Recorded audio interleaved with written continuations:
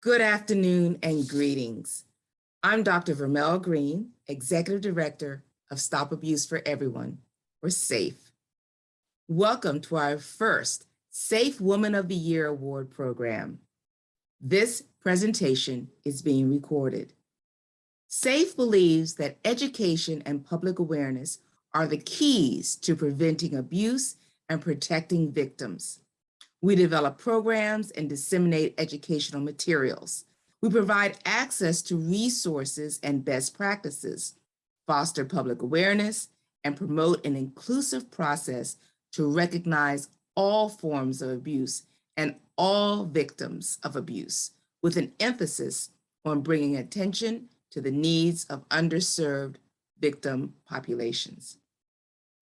Today is International Women's Day, a day to celebrate the social, economic, cultural, and political achievements of women.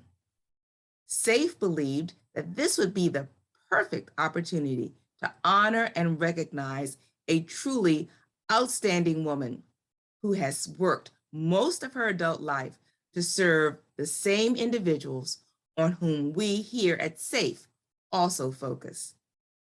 We recognize the urgent need to provide shelter for those escaping abusive relationships.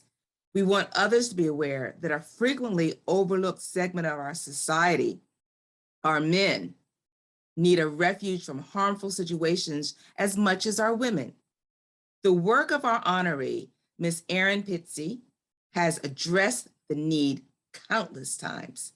It was her advocacy on behalf of men and boys that caught our attention, and we believe her efforts deserve our special recognition. Mrs. Diana Thompson, the Vice President of Operations here at SAFE, will introduce our honoree. Mrs. Thompson? In honor of International Women's Day today, Stop Abuse for Everyone, also known as SAFE, has designed its Women of the Year Award to celebrate women who recognize underserved victims of both domestic violence and abuse, and who have a long-term devotion to helping all victims, regardless of their sex, age, race, disability, or sexual identity. Having spent over 50 years supporting domestic violence victims during her long and honorable career, I cannot think of a more deserving recipient of the SAFE Women of the Year Award for 2022 other than Erin Pizzey.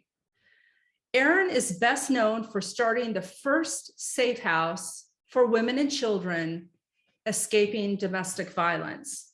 Originally started in Chiswick, West London in 1971, Chiswick Women's Aid is now called Refuge and is currently the largest domestic violence shelter in the world.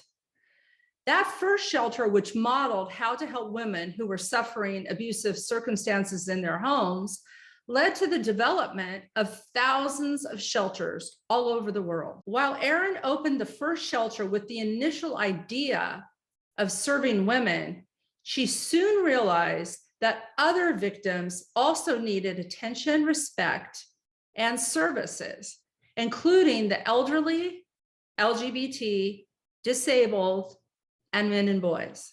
She also realized that domestic violence can be initiated by both women and men. Erin faced enormous resistance to her findings, that victims could be anyone, not just women, and that perpetrators could be anyone, not just men. This resistance didn't stop Erin from insisting that all victims must be recognized and that all perpetrators must be held to the same standard.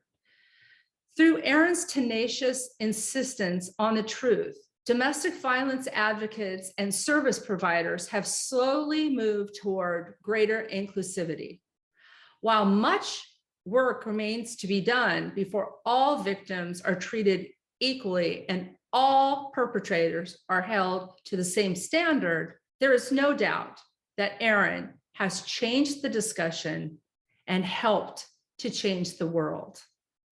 It is because of her long-term dedication to all victims that we present Erin Pizzey with the Safe Women of the Year Award for 2022. Hello, everybody. I am so grateful and very touched, actually. I'm 83 now. And as you said, it's been a huge, long fight. And it hasn't stopped yet, obviously. Funny enough, I always feel that we're at the beginning of it because there's still not refuges for men. There's still not refuges for gay women who don't necessarily want to share with gay men. I've discussed this with both sides. And until we recognize and get away from this idea that it's men who violate, abuse women, but it's actually a generational family violence. It's a learned pattern of behavior. And we have to get to there because everything, the narrative in 1974 was hijacked by the feminist movement looking for funding at that time. Very successful they were. And almost overnight, the whole concept, my men's house, all the things that were built to take care of the whole family went out of the window. And this has been for 50 years.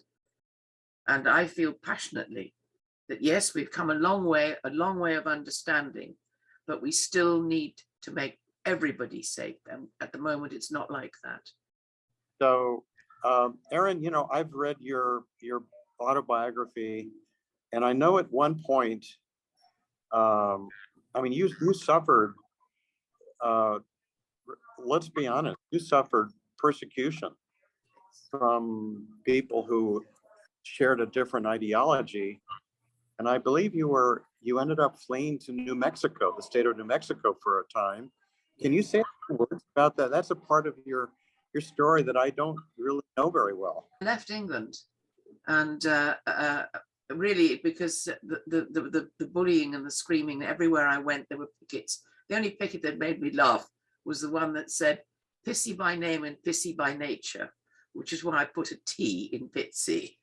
And I remember looking at them and thinking, well, at least it's original. But anywhere I went to speak, there'd be chanting crowds. When I had written Prone to Violence, I had to have a police escort around the country. And it was just, I had small children, grandchildren. And then we had a bomb threat. And then I looked at the fear on their faces and thought, we have to get out. Santa Fe, New Mexico sounded as though it was far enough away. So that's how we ended up there. But the same problem hit me almost immediately. The thing is that the feminist movement at that point, particularly from 1974 onwards, were looking for just cause. It fell into their laps, women as victims, ignoring men, children, and everybody else. And they then cashed in. And of course, in England, it's $1 billion industry. Nearly 300 million go to refuges. Nothing for men, nothing. And that's shocking when we've had the evidence that it is a family issue. It's not a feminist issue. And nothing's happening. Congratulations once again to our honoree, Mrs. Erin Pizzey. It has been a privilege to have had this opportunity to spotlight your accomplishments. Our appreciation also goes out to our viewers for joining us this afternoon. We invite you to visit our website, stopabuseforeveryone.org. Learn more about our organization and sign up for our newsletter. Again, thank you, and I hope you have a wonderful rest of your day. Bye-bye.